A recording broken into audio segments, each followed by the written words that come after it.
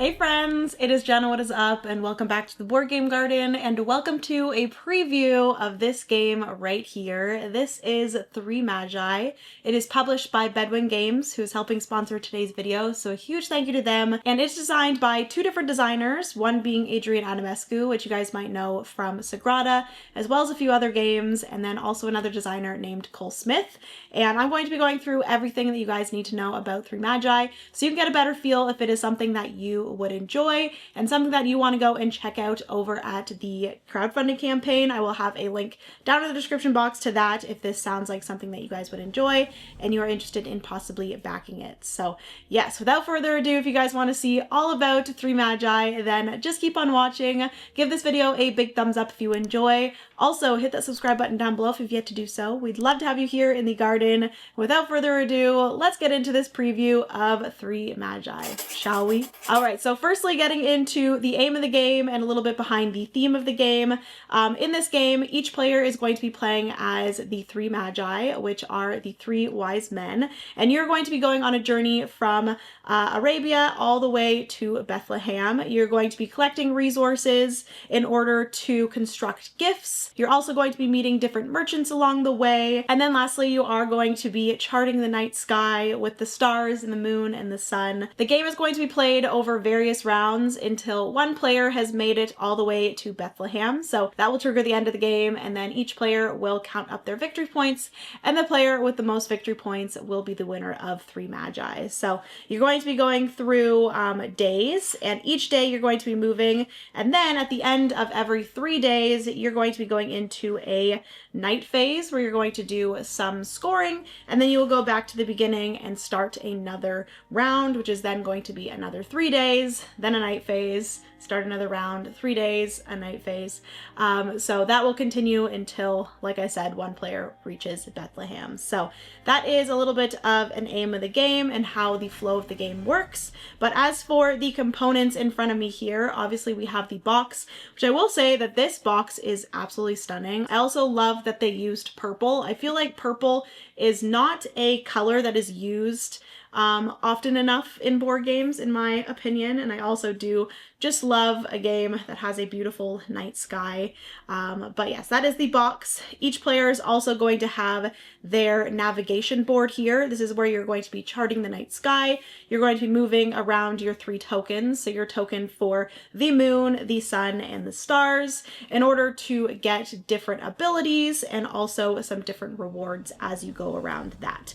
Additionally, there's also this little thing here in the corner that tells you the different resources that you're going to get with these 3 different piles of cards here, which there are 3 different types of resource cards. I'll kind of move over to that. So you have precious metals, which are these gray cards. You have the orange cards, which are spices. And then you have the teal cards here, which are fabrics. So those are the 3 piles of different resources that you're going to be able to gain and then either spend in order to construct these different gifts, or you can also place them down in your tableau in order to score victory points during the night phase, which I will get into. But those are the cards there. You also have these cards here, which are going to be the merchants. You're going to be able to gain merchants into your tableau as well, and those are going to be able to get you instant abilities. They're going to get you endgame scoring, as well as they're going to give you some ongoing discount abilities, which is really nice for the gifts here. Additionally, I kind of forgot, but you also have 2 reference cards for each player. Each player is going to get 2 reference cards, and this gives you a good reference of all of the different icons that you're going to see throughout the game, whether those be on cards or on the tiles here on the main board, or even the things on your navigation board. But speaking of the main board, this is the main board here. It is made up of this top section here, which is the score track. So you have the score track along the top here. You also have the round tracker here. You have a spot for the gift cards, which these are going to be various victory points you're going to gain at the end of the game.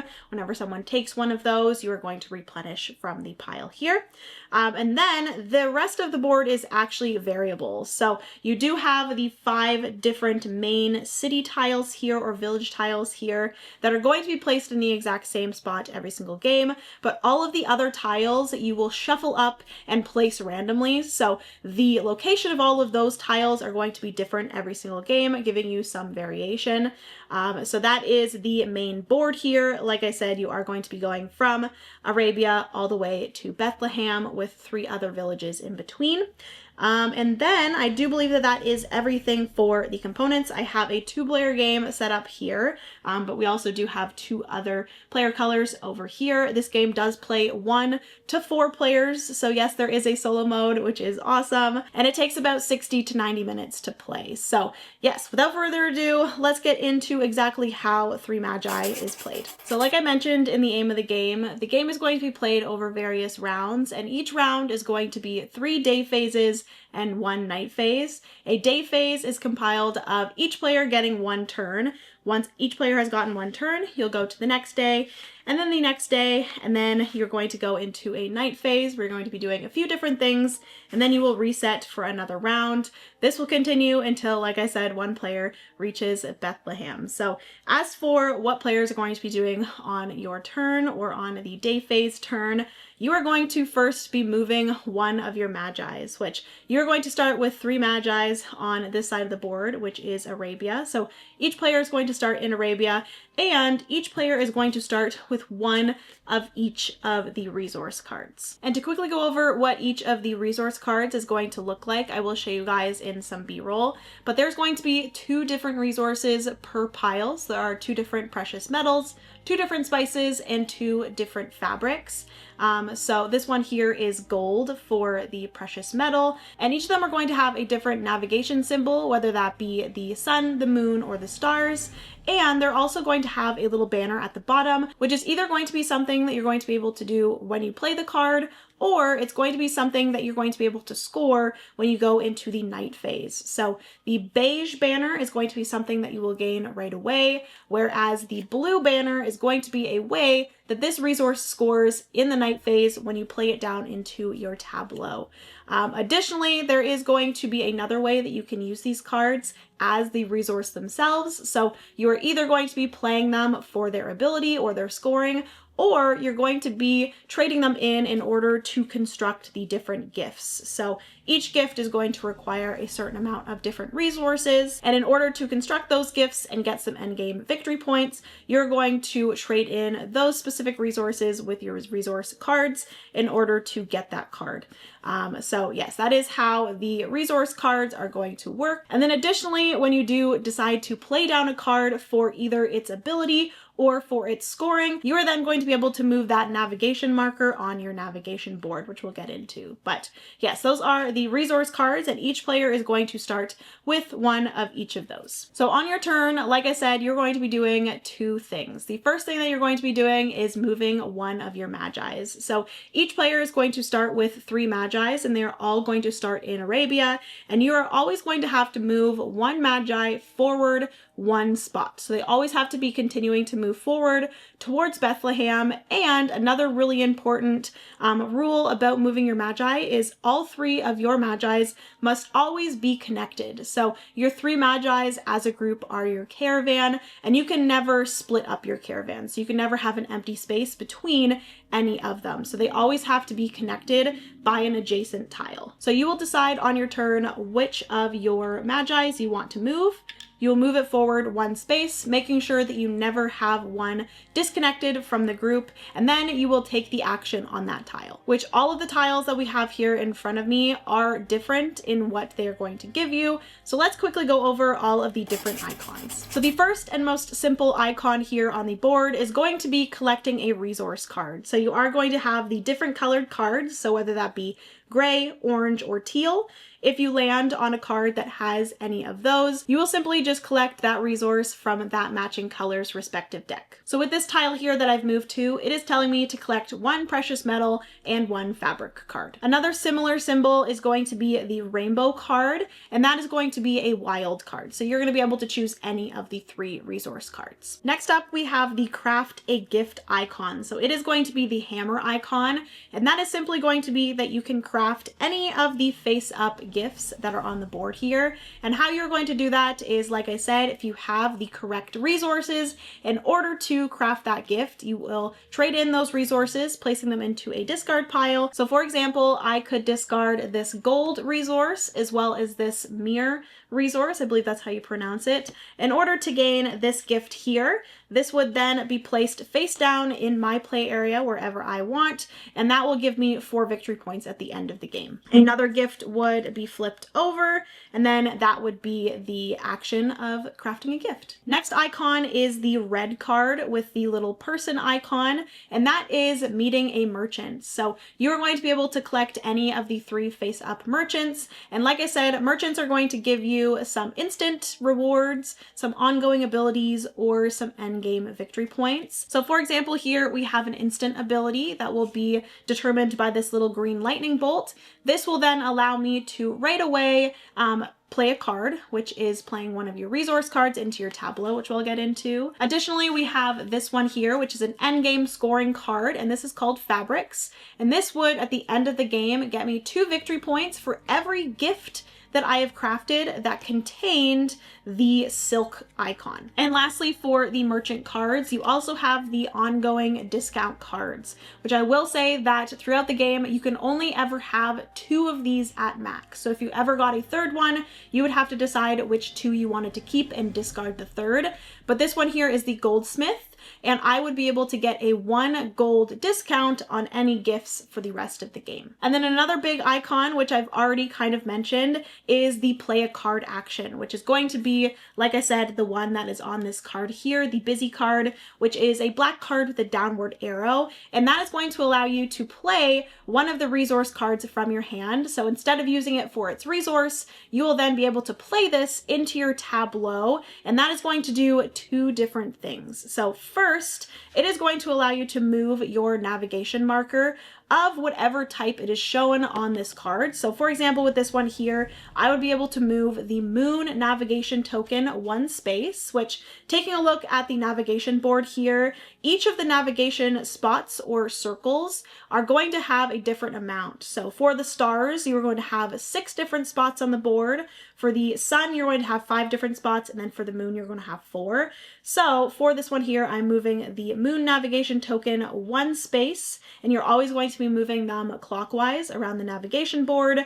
If you ever move past some sort of icon, that is going to be a reward that you are able to collect. And then additionally, once you have lined up all 3 of them in the same spot or past, you're going to be able to flip over your navigation bonus tile. So there's going to be one going to the west, there's one going to the north, one to the east, and one to the south. So once I have gotten all of my markers to the first spot or past, I will be able to flip over my west navigation token here, bonus token, and this is going to unlock a bonus that I'm going to be able to trigger every night phase moving forward. So when you get to the night phase, you will look at all of the bonus navigation tokens that you have flipped over, and you'll be able to trigger all of those abilities once in any order that you would like, which we'll get into that when we get into the night phase. But yeah, that is what you are looking at here with the navigation board. You are moving all of your tokens around in a clockwise formation, trying to kind of make them equal the entire time, gaining bonuses as well as flipping over those navigation bonus tiles in order to gain more abilities when you go into the night phase. Additionally, when you go all the way around, there are going to be these tiles here which are going to get you bonuses, but once you have gone past them once, you are then going to flip them over, and this is then going to give you victory points when you do pass them a second time. I believe the moon one gets you 3 victory points, the sun one gets you 4, and the star one gets you 5. So that is pretty much all of the details for the navigation board. But moving back to the resource cards. So like I said, when you play a resource card, you're going to take it from your hand and you're going to look at the navigation marker here. You're going to move that on your navigation board, and then you're going to place it into your tableau. If it has a beige banner, that is going to be an ability that you're going to play right when you play that card. And most of the time, these abilities are going to be the same kind of icons that you're going to see on the board here. So this one, for example, is that I can collect one of the teal cards and one of the gray cards. That would still be placed into my tableau, but I would play the ability right when I played that card.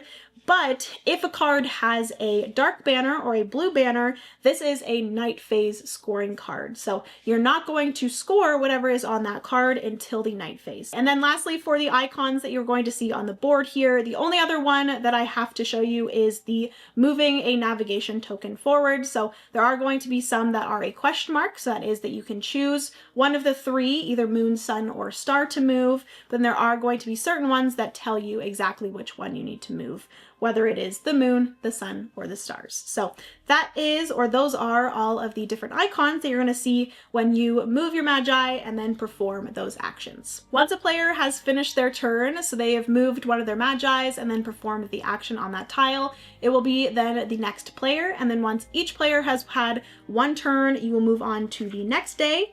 Each player will get another turn. You'll move on to the next day, a third turn, and then you'll move into the night phase. So let's get into what you're going to do during the night phase. So during the night phase, you're going to be doing 3 different things. The first is that every player is going to be able to play one card from their hand. So you will choose one of the resource cards that are in your hand. You will play it into your tableau. You're going to get the instant ability if it's a beige banner, or it's going to be added for night scoring, which is going to happen shortly after this. But the second thing that you're going to do is you are going to activate all of your face-up navigation bonus tiles, which, like I said, the further you get around, the more of those tiles you're going to be able to flip over, and you're going to be able to activate those bonus tiles in any order. And then the last thing that you're going to do is you're going to score your tableau, which, like I said, you're going to have some that you've already played that are the beige banners, but you're also going to have these different blue bannered cards that are going to score in different ways. Some cards will score for different resources that you've played into your tableau. So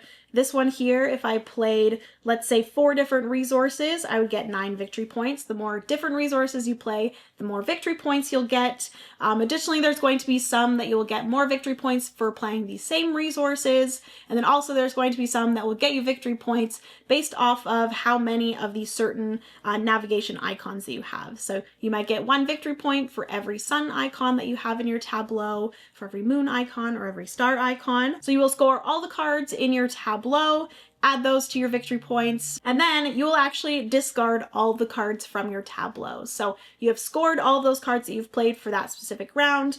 All of those cards will then get discarded into their respective decks. You're going to shuffle those back in.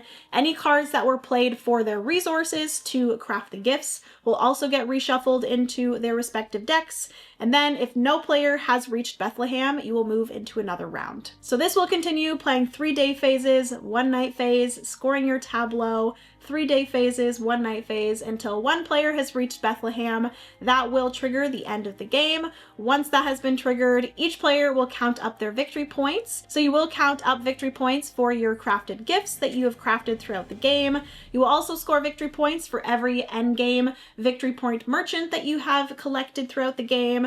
And then whatever player has scored the most victory points will be the winner of 3 Magi. All right, friends, so that is going to be everything for this preview of 3 Magi. Hopefully you enjoyed. If you did, please give this video a big thumbs up. Also, hit that subscribe button down below if you've yet to do so. We'd love to have you here in the garden. A huge thank you to Bedwin Games for sponsoring today's video. I appreciate it very, very much. Be sure to go check out the campaign if this sounds like something that you would enjoy. I feel like this is a great medium weight with still a lot of complexity if that is something that you are looking for. A game that will not overstay its welcome, but still gives you a good amount of strategy and decision space. So yes, definitely go and check it out. I love you guys so, so much. Remember, you are somebody's reason to smile, and I will see you in the next board game video. Bye, friends.